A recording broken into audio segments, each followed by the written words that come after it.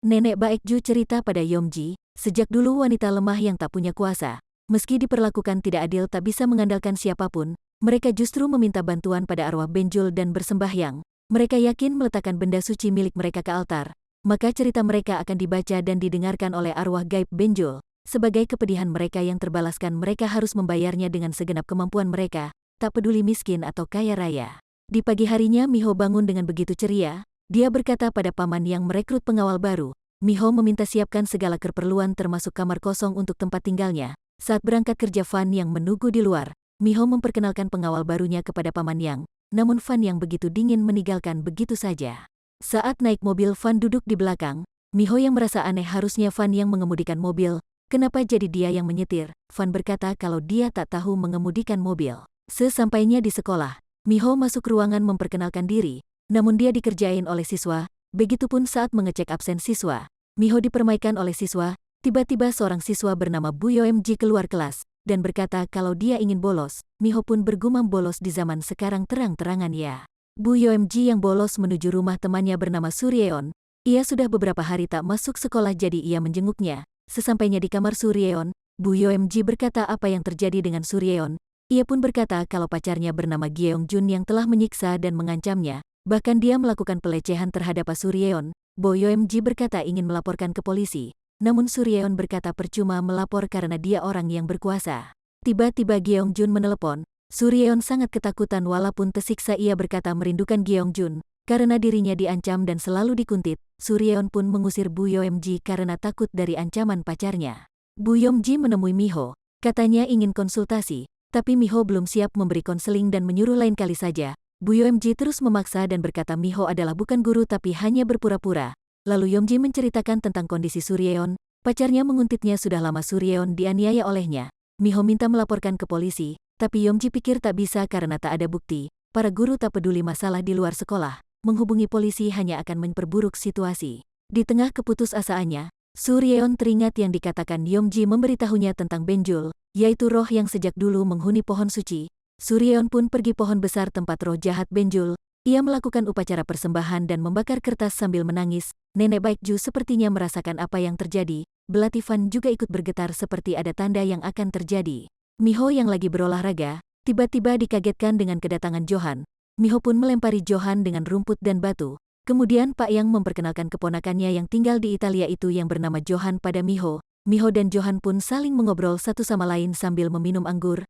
Miho pun yang sudah mabuk bercerita kalau dia sangat lelah dengan hidupnya yang terkekang saat dia memanggil Fan yang tak kunjung datang. Saat Miho terjatuh di kursinya, Fan tiba-tiba datang menahan kursi Miho yang hendak terjatuh. Johan yang terpanah melihat Fan, karena Fan sudah tertulis dalam ramalan kuno. Keesokannya Miho berangkat kerja. Dia mencari Fan, namun saat masuk dalam mobil, Miho kaget Fan yang sudah ada di dalam mobil. Kemudian Johan pun datang ikut bersama. Miho pun kesal, dia adalah bos, kenapa dia yang nyetir mobil. Dalam perjalanan tersebut tiba-tiba Fan meminta Miho untuk berhenti. Fan langsung masuk ke dalam hutan, tidak menghiraukan panggilan dari Miho. Mereka pun melanjutkan perjalanan ke sekolah. Tiba-tiba Bu Yomji menahan mobil Miho membuatnya terjatuh. Miho membawa Bu Yomji ke ruangannya. Bu Yomji berkata Suryeon dirasuki roh jahat. Mereka pun bergegas ke rumah Suryeon. Saat menuju ke kamar Suryeon di lantai atas, Miho dikagetkan oleh Johan. Pintu kamar Suryeon terbuka dengan sendirinya. Mereka melihat Suryeon baik-baik saja. Tak lama kemudian Suryeon kerasukan dari iblis Benjul. Johan mengikat Suryeon dan mengeluarkan perangkat pengobatan dari dalam tas. Suryeon meronta kesakitan, dibacakan mantra oleh Johan namun itu tidak berhasil, nyala lilin pun ikut mati. Seketika ruangan kamar Suryeon berubah jadi hutan. Johan dan Miho terkejut, mereka berjalan di tengah hutan. Sementara Fan yang pergi melihat tempat iblis Benjul, ternyata pohon besar tersebut sudah hilang. Pisau belati Fan bergetar menandakan ada iblis jahat yang sedang berbuat onar. Saat Fan beranjak pergi dari tempat tersebut, tiba-tiba ada suara yang memanggil Fan. Fan menoleh ke belakang namun tak ada apa-apa. Miho dan Johan yang lagi ada di hutan melihat sesuatu yang bergerak. Miho sangat ketakutan, monster Benjul muncul tiba-tiba. Di mana ada Suryeon di dalam monster akar pohon besar. Miho dan Johan sangat terkejut melihat monster besar tersebut. Kemudian Suryeon yang sudah kerasukan iblis pohon besar tersebut mengatakan, dia ingin balas dendam. Miho memanggil Suryeon berkali-kali namun yang diucapkan Suryeon hanya balas dendam. Suryeon yang mengendalikan monster tersebut langsung menyerang Miho. Johan yang sigap melindungi Miho, menyuruh untuk mundur dan bersembunyi. Kemudian Johan melawan iblis monster tersebut, namun Johan pun kesulitan melawan monster iblis Bonjul. Hingga akhirnya Johan terikat oleh monster Bonjul. Saat iblis itu akan membunuh Miho, Fan melayangkan pisau belatinya dan memotong akar tersebut. Fan datang dengan gagahnya, iblis itu pun pergi ketakutan. Membuat Miho sangat senang kegirangan, ia pun memanggil Fan. Namun Fan memberitahu, bukankah kau suruh bergerak atas seizinku? Sementara Johan masih terikat oleh akar pohon. Miho menjelaskan bahwa mereka ada di rumah Suryeon. Tiba-tiba sudah berada di hutan. Fan memberitahu bahwa ini adalah hutan ciptaan Benjul. Miho pun bertanya sebenarnya apa yang terjadi. Fan menjelaskan ini adalah hukum sebab akibat, bahwa itu adalah bayaran atas balas dendamnya. Fan yang hendak mau pergi, Miho menjelaskan Suryeon itu masih anak-anak, harus diselamatkan. Miho pun mengatain Fan pengecut, membuat langkah Fan terhenti. Sementara Johan masih terikat di atas pohon, Fan melayangkan pisaunya memutuskan tali pohon tersebut. Fan pun berkata, coba sekali lagi kamu katain saya pengecut. Miho pun sekali lagi mengatainya pengecut. Fan yang begitu kesal dengan Miho terpaksa melawan monster iblis Benjule. Tepat saat itu monster iblis Benjule kembali menyerang. Fan berlari melompat ke atas kepala iblis tersebut sambil memotong akar pohon iblis. Johan pun ikut membantu Fan melawan iblis tersebut. Saat memotong akar monster tersebut, Johan keheranan kenapa akar itu bisa tumbuh kembali. Suryeon yang mengendalikan monster iblis itu menyerang Johan sehingga Johan terlilit oleh akar. Begitupun dengan Fan, dengan perlawanan yang sengit dia pun terlilit oleh akar dari iblis monster Benjule. Kemudian Miho yang datang membantu tapi tertangkap oleh iblis Benjule. Ia sangat ketakutan berteriak memanggil Fan. Suryeon pun berkata, kenapa kamu menghalangiku, padahal ia hampir membalas dendam. Miho mengatakan kalau dia berjanji akan membantu Suryeon dan membalas dendam terhadap orang yang melukainya. Miho pun mengajak Suryeon untuk keluar dari iblis Benjule. Tetapi iblis tersebut melilit Suryeon dan mencoba membunuh Miho. Tiba-tiba keluar cahaya dari lilitan yang menyelimuti Fan sehingga memutus tali akar tersebut.